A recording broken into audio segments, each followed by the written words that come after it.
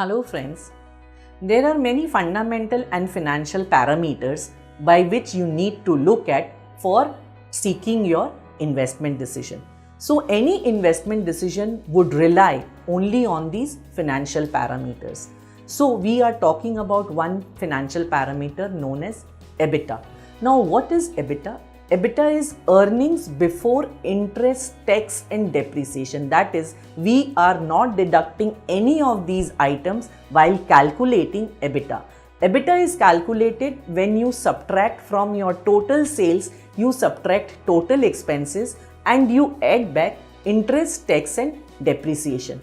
So EBITDA will tell you actually how much earning a company is making from its sales after deduction of the total expenses. So more efficient a company is in managing its expenses very well, the higher would be its EBITDA.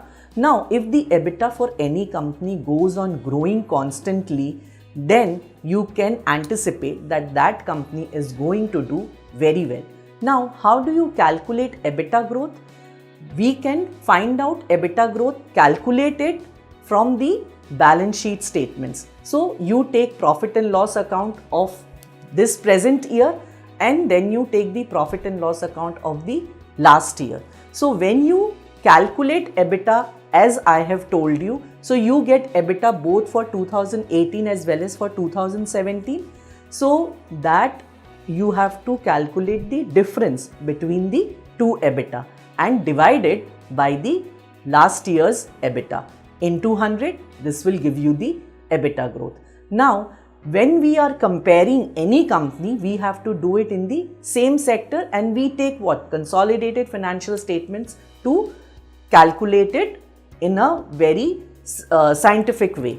So, let us see in this Stockage app, how do we understand what is the EBITDA growth for any company under the same sector. So, we will check out first on the Britannia Industries. So in the fundamental section under the growth ratios, what we find is that EBITDA growth for this company is 16.75%. So we will examine one more company under the same segment, which is Marico, and what we find out in the Marico under the growth ratios, that the EBITDA growth for Marico is negative 2.72%. So that means Marico has not been able to control efficiently its expenses and the expenses are rising, which is why the company is reporting a decline in its EBITDA.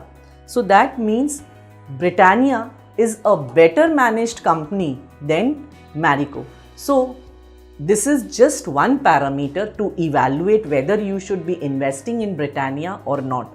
There are various other parameters which will help you to take decision about investing into the company or not.